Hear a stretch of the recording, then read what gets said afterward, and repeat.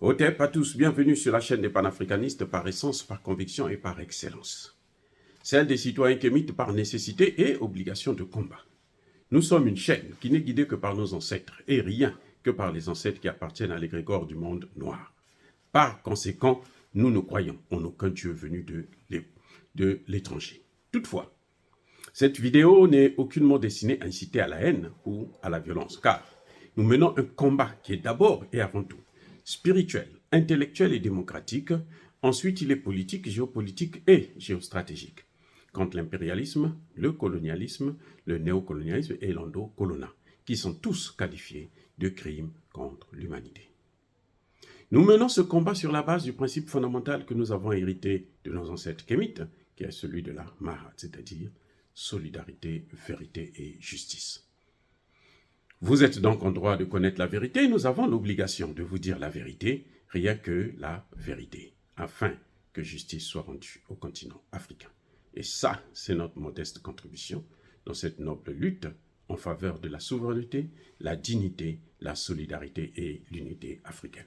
C'est exactement ça que nous appelons le panafricanisme. Bien-aimés frères et sœurs, le Togo et le Bénin condamnent le Hamas et soutiennent Israël dans cette nouvelle escalade qui a débuté depuis que le Hamas a attaqué Israël. C'est le Hamas qui a attaqué Israël, c'est assez incontestable, c'est une vérité implacable. Mais le Togo, le Bénin, viennent condamner le Hamas et soutiennent Israël. Ma question, de quoi je me mêle? Attendez, soyez sérieux. De quoi je me mêle? Oh, le Togo et le Bénin ne sont pas assez satisfaits du début du terrorisme qui est en train de rentrer dans ces deux pays-là. Pour eux, ce n'est pas assez de problèmes. Ils ont besoin de chercher d'autres problèmes ailleurs. C'est ridicule. Et c'est ça le problème des Africains. Vous savez pourquoi ils le font? Ce n'est pas par conviction. Ce n'est pas parce que... Mais attendez, ce sont des pays, des dirigeants qui sont là au pouvoir depuis très longtemps, qui devraient et qui ont tout un parterre de conseillers juridiques et politiques qui connaissent bien la situation du Moyen-Orient. On sait très bien ce qui se passe au Moyen-Orient. Oui, le Hamas a attaqué. Donc les Togolais sont contents, les Béninois sont contents que les Palestiniens, au moment où nous parlons, n'ont pas d'eau à boire, n'ont pas d'électricité, n'ont pas de gaz. Mais c'est asphyxier un État. C'est asphyxier un pays. Les Togolais et les Béninois sont contents de l'occupation de certains territoires. Il y a encore des colonies en Israël, en Palestine. Il y a encore des colonies. Je pense que moi, à la place des dirigeants togolais et béninois, je me tairais. Parce que nous avons nous-mêmes là trop de problèmes pour s'occuper des problèmes des autres. Pour chercher à se mettre à dos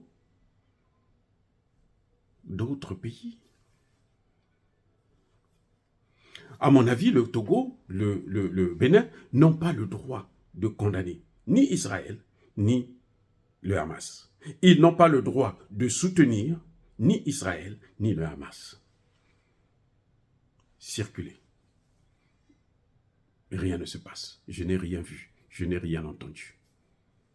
Parce que nous avons des problèmes. Au Togo, maintenant, il y a le terrorisme. Au Bénin, il y a le terrorisme. Le Bénin, actuellement, est en train d'être occupé par l'armée française. Je pense que vous le savez très bien. Les gens sérieux le savent. Les sanctions que la CEDEAO a prises, votées à la fois par le Togo et le Bénin, sont des sanctions édictées par la France. Quoi? Pourquoi? Moyennant quelques avantages, à la fois politiques et économiques. Mais surtout politiques. Parce que Eyadema est là depuis la mort de son père. Donc c'est de père en fils, pour éviter que, peut-être qu'il a peur d'un coup d'État, peut-être qu'il a peur de finir comme Ali Bongo, le fils de Omar Bongo Ondimba, qu'il est obligé de céder. Mais ça n'a aucun sens, les gars. Je suis désolé, mais je crois que les Africains doivent apprendre à se mêler de leurs propres problèmes. Parce que les problèmes africains, là, ils n'arrivent pas à trouver des solutions aux problèmes africains.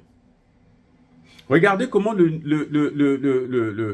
les terroristes ont dévasté, les terroristes occidentaux, les terroristes de l'OTAN, ont saccagé le Mali, le Burkina Faso et le Niger. 3 pays qui sont en ce net moment en train de se battre.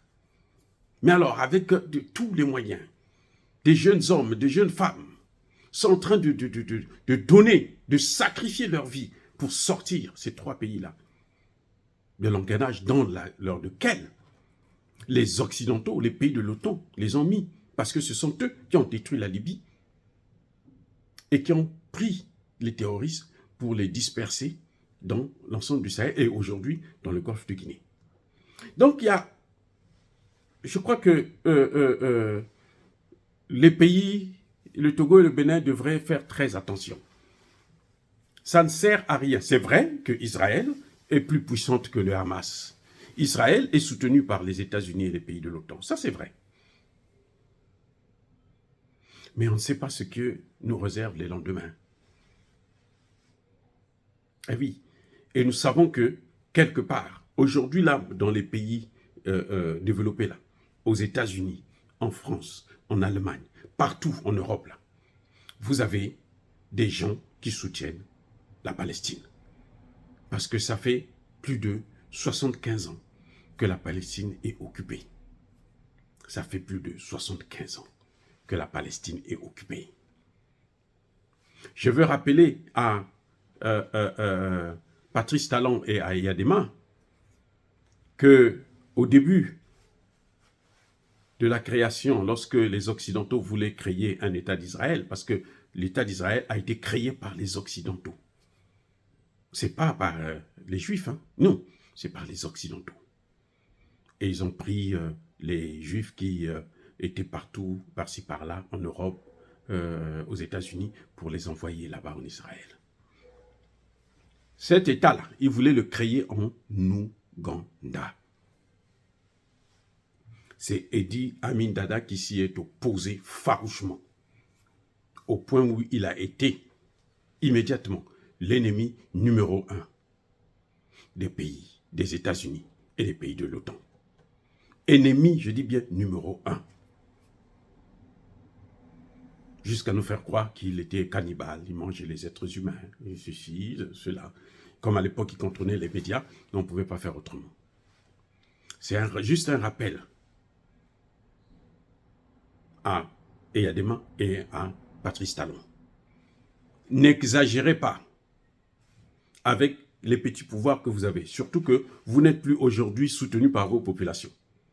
La jeunesse togolaise, béninoise, que je sache, n'est pas une jeunesse qui est fou, hein, prête à mourir pour Eyadema ou pour Patrice Talon. Comme on le voit aujourd'hui, la jeunesse nigérienne, burkinabé, malienne, qui sont prêtes, aux centrafricaines, qui sont prêtes à mourir pour leur leader. Donc faites très, très, très attention. Je ne vous condamne pas. Je dis tout simplement que si j'étais à votre place, je ne l'aurais pas fait. J'aurais dû la fermer. C'est nettement mieux. Être neutre. Ça a toujours été la position des Africains. À la rigueur, être neutre. Parce que quelque part, il y a une injustice qui est là. Que ceux qui connaissent bien l'histoire de la naissance de l'État d'Israël, qui est toute récente, peut mieux vous conseiller. Donc voilà, je n'appelle pas ça la diplomatie. Ça, c'est la flatterie. Parce que vous avez besoin des faveurs de l'Occident, parce que vous avez besoin des faveurs des États-Unis et de l'Union européenne. Donc, il faut faire tout et n'importe quoi. C'est dommage. C'est dommage que nos leaders s'illustrent toujours par la flatterie, par la bassesse, le manque de connaissances. La CEDEAO, aujourd'hui, c'est une institution qui n'est même pas gérée par des Africains. C'est géré par l'OTAN. L'Union africaine, c'est pareil. Donc, nous avons déjà des problèmes graves à gérer. Prenez plutôt votre temps, concentrez-vous sur la gestion des problèmes africains. Dire cela, c'est inciter à la haine ou à la violence. Non. Nous voulons la paix au Proche-Orient, mais qu'on ne nous mêle pas dans ces histoires-là. Et que le Bénin et le Togo, les dirigeants de ces deux pays, ne puissent pas gâcher notre réputation, notre position de neutralité, parce qu'ils ont besoin des faveurs plutôt politiques qu'économiques, parce qu'économiquement parlant, l'aide au développement ne nous a jamais avantagés. Ça ne nous a jamais créé quelque chose de bon. Et non, nous n'en voulons même plus. Nous préférons ne pas l'avoir que de l'avoir. Oh, bien-aimés frères et sœurs, encore une fois de plus, soyez bénis. Je persiste et je signe. Soyez abondamment bénis par le Dieu des Kémites et par nos ancêtres angélisés. Mais que tous ceux qui persécutent le continent africain le pillent et le déstabilisent. Qu'ils soient noirs, blancs, chinois, arabes, indiens ou qui qu'ils soient punis, maudits, foudroyés, neutralisés, écrasés, effacés par le Dieu des Kémites et par nos ancêtres angélisés. Vive l'Afrique éternelle, j'ai dit et j'assume.